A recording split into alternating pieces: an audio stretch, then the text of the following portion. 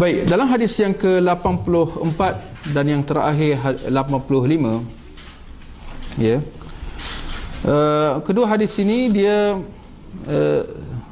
hampir serupa maksudnya,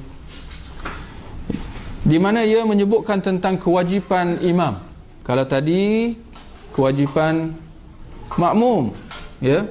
Tapi dalam kedua hadis ni dia lebih kepada kewajipan imam. Apa kewajipan imam ketika solat berjemaah? Ya. Apa kewajipan imam ketika solat berjemaah? Maka kita kata antara lain seperti mana yang disebutkan dalam dua hadis ni, imam dituntut supaya meraihkan jemaah makmum di belakangnya. Ya. Meraihkan makmum di belakangnya.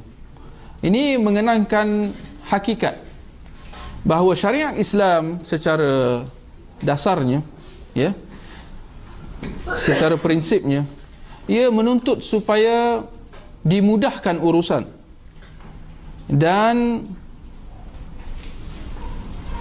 dilarang daripada kita menyusah-nyusahkan, ya, daripada kita membebankan, ya, urusan-urusan agama itu.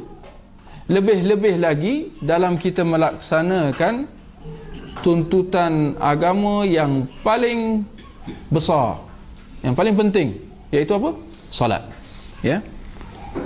Maka kerana itu tidak heran mengapa Nabi SAW menuntut supaya imam ketika mengerjakan tuntutan salat ni hendaklah dia meraihkan makmum di belakang dengan tidak memanjangkan salatnya, ya, dengan tidak membaca surah-surah yang panjang, ya, atau membaca zikir-zikir yang panjang, ya,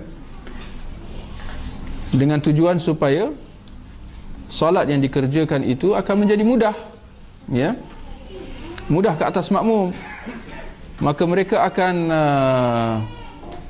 apabila mereka salat berjemaah dengan imam yang meraihkan mereka, tentu sahaja kesannya akan dapat dilihat apabila makmum selesai solat, mereka akan keluar solat dalam keadaan hati mereka apa? Hati mereka suka kepada solat. Ya, bukan dalam keadaan selesai juga solat kita. Kan? Aduh, dapat juga kita habis. Ya, ingatkan tak nak habis. Kan? Maka mereka akan keluar daripada solat dalam keadaan suka kepada solat. Ya. Itu satu. Dan kedua, kerana mengenangkan hakikat akan ada di kalangan makmum, ya, mereka yang daripada berbagai-bagai latar belakang, ya, mereka yang tak mampu untuk nak berdiri lama, ya, sama ada kerana keuzuran mereka atau kerana sakit atau kerana mereka ada urusan. Ya, mereka tak boleh lama nak solat kerana ada urusan, walaupun urusan dunia. Ini kena ambil perhatian. Jangan kita keliru. Jangan pula ada yang kata, kamu ni dunia je, solat pun dunia je. Tak. Ya. Syariat Islam dia memberi pertimbangan, ataupun dia apa orang kata, dia ada balance apa? Check and balance. Dia ada apa? Dia seimbangkan, ya, dunia dengan akhirat. Sebagaimana firman Allah, wala tansa nasibaka minad dunya, dan jangan kau lupa bahagianmu daripada dunia, ya, walaupun dalam ketika solat, ya, lebih-lebih lagi ketika solat berjemaah, ya. Maka kerana itu Nabi SAW sehingga marah, ya, apabila mendengar ada imam daripada kalangan sahabat baginda yang memanjangkan solatnya, ya. Baginda sehingga marah, sehingga perawi mengatakan, aku tak pernah nampak Nabi sehingga marah sebegitu rupa. Ini menunjukkan beratnya, ya, perbuatan imam itu yang memanjangkan solat sehingga menyusahkan makmum di belakang, ya. Sehingga Nabi kata apa? Ini kita boleh garislah, ya, ini menjadi orang kata apa? Kaedah umum lah, ya, supaya jangan kita tergolong di kalangan mereka ini. Tengok dalam halaman 62, ya, dalam perenggan yang terakhir tadi. Perenggan terakhir Nabi lantas bersabda, wahai manusia, sesungguhnya ada di antara kalian yang membuat orang lain lari. Garis ni, ya, maknanya bukan dalam solat je sebenarnya. Kalau kita lihat, ucapan ini adalah umum, meliputi semua aspek-aspek agama, ya, dan meliputi ya, atau kita kata dia lebih khususnya dalam ketika berdakwah, ya. Jangan kita tergolong di kalangan mereka yang membuat orang lain lari, ya, lari dalam salat, lari daripada salat, atau lari daripada dakwah kita, ya. Maka jangan sehingga kita bersifat keras, bersifat, orang kata apa, memberatkan, menyusahkan, ya, urusan salat ataupun urusan agama itu secara amnya. Hal ini ditegah, bahkan dianggap sebagai apa? Sebagai perbuatan apa? Orang yang memanjangkan salat, imam yang memanjangkan salat sehingga membebankan makmum, atau mereka yang menyusah-nyusahkan urusan agama ketika dia berdakwah kepada masyarakat. Ini dianggap di kalangan apa? Di kalangan orang apa? Golongan yang melampau. Orang yang melampau. Sedangkan Nabi SAW bersabda, halakal mutanatti'un, halakal mutanatti'un, halakal mutanatti'un. Telah binasa orang yang melampau, telah binasa orang yang melampau, telah binasa orang yang melampau, ya. Dalam hadis yang lain baginda mengatakan, innama bu'ithtum muyassirin, sesungguhnya kamu diutuskan untuk memudahkan, walam tub'atsu mu'assirin, dan kamu tidak diutus untuk membebankan, ya, membebankan urusan manusia, ya. Dalam hadis yang lain Nabi mengatakan, yassiru wala tu'assiru, mudahkan dan jangan susahkan, ya. Dalam hadis yang lain baginda mengatakan, walan yushaddu fid dini ahadun illa ghalabah, tidak akan ada yang menyusah-nyusahkan urusan agama ini melainkan dia akan tertewas akhirnya, ya. Siapa yang nak cuba, mana-mana imam yang nak cuba memanjang-manjangkan salat, kita akan lihat, kalau kita perhatikan, sampai bila dia akan mampu melakukan begitu. Sedangkan solat ni adalah fardu 5 waktu, ya, bukan sekali je engkau datang, dia mentang-mentang dia datang sekali je ke masjid, sekali tu lah dia bagi betul-betul cukup-cukup, ya.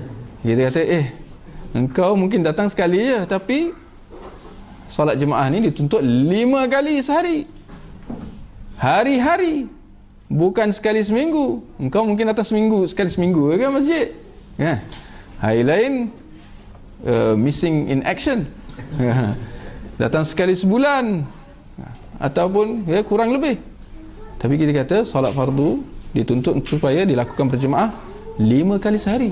Kalau hari setiap kali dia nak panjang, kita kata berapa lama dia boleh mampu bertahan. Akhirnya aku serendalah qul huwallahu ahad je lah, ya. Bertepatan dengan apa yang disebutkan oleh Nabi, tidak akan ada yang cuba menyusahkan urusan agama ni, akhirnya dia akan tertewas, akhirnya dia akan surrender juga, ya. Baik, kalau kita lihat dalam masalah memanjang atau memendekkan solat, di sini ada kemusykilan, ya. Kalau kita lihat dalam hadis-hadis tentang sifat solat Nabi SAW, kita dia akan lari daripada nas-nas. Kalau kita lihat dalam 2 hadis di hadapan kita ni, jelas dia menuntut supaya diringankan. Dalam hadis yang lain dituntut supaya Nabi sehingga memberi saranan supaya imam itu sekadar membaca surah Asy-Syams dengan al-lail wasyamsi wadhuhaha, dengan al-lail wal-laili idza yaghsha, ya, ayat-ayat surah-surah pendek dalam juz amma tu, ya. Tapi dalam masa yang sama kita akan lari daripada melihat Nabi solatnya panjang. Ada riwayat Nabi membaca solat surah apa? Al-Baqarah, Ali Imran. Dan surah berikutnya apa? An-Nisa, dalam riwayat itu An-Nisa, ya. Al-Baqarah, Ali Imran, An-Nisa. Berapa juzuk? Kalau kita kira-kira hampir 4 juzuk. Al-Baqarah aja dah 2,5 juzuk kan? Kan? Rasulullah sehingga dia baca hampir 4 juzuk. Itu rakaat pertama. Siapa yang ingat itu semua Qiyamul Lail tak? Itu rakaat pertama. Macam mana? Di sini kita kata, ya, apa yang pasti kedua-dua hadis, kedua-dua bentuk riwayat ini adalah sahih. Ya, itu yang pertama. Ya, kerana kita kena pastikan kesahihan riwayat. Kedua-duanya sahih.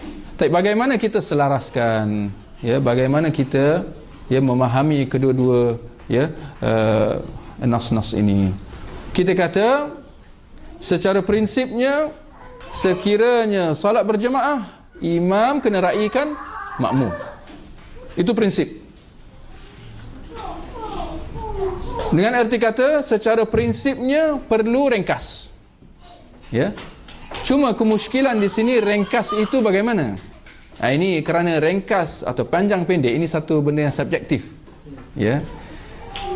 Bagi orang yang biasa qul huwallahu ahad, kalau sekali datang imam baca alam tara kaifa fa'ala rabbuka bi ashabil fil misalnya, lu panjang ya. Dia dah panjang dah. Nampak tak? Ya. Mungkin kalau orang tu biasa membaca surah yang lebih panjang, sabbih isma rabbikal a'la ke, hal ataka hadithul ghasyah. Sekali imam datang baca idza jaa nasrullahil fath, jadi kata apa pasal pendek sangat pula? Kan, nampak? Jadi kita kata panjang pendek tu satu yang subjektif. Walau bagaimanapun kita kata secara prinsipnya imam kena baca ringkas. Dengan erti kata tidak terlalu ringkas dan tidak panjang. Bukan sama sekali bukan maksudnya imam lepas ni baca qul huwallahu ahad. Ada juga qul huwallahu ahad, kalau tak qul huwallahu ahad inna a'tainakal kautsar. Inna a'tainakal kautsar ke wal 'asr dia bagi. Ini 3 sekawan. Kita kata ini tidak juga, ya, tapi kita kata berpada, ya. Ya. Sekiranya imam mendapati bahawa makmum di belakang bersemangat, ya, maknanya makmum di belakang bukan makmum awam atau umum. Umum maknanya apa? Berbagai-bagai latar belakang. Orang uzur, orang sakit, orang ada urusan, atau ibu dengan anaknya. Ya, seperti mana dalam hadis Nabi Rasulullah kata apa? Sungguh aku masuk dalam salat, ya, dan aku berniat untuk nak memanjangkannya. Tetapi ternyata aku mendengar tangisan bayi. Maka aku meringkaskan salatku, mengenangkan aku tahu betapa risaunya si ibu terhadap si bayinya. Nampak? Ya. Jadi ini kita kata ini prinsipnya. Kalau imam, kalau dia tak tahu latar belakang makmum di belakang tu, ya, maka dia kata dia kena ringkas. Ya, cuma ringkas itu berpada-pada. Kalau sekiranya dia kenal jemaah belakang, tambah lagi jemaah belakang pula semangat, orang-orang muda barangkali, atau penuntut ilmu yang tahu sunnah, yang nak menambahkan amal kebaikan, maka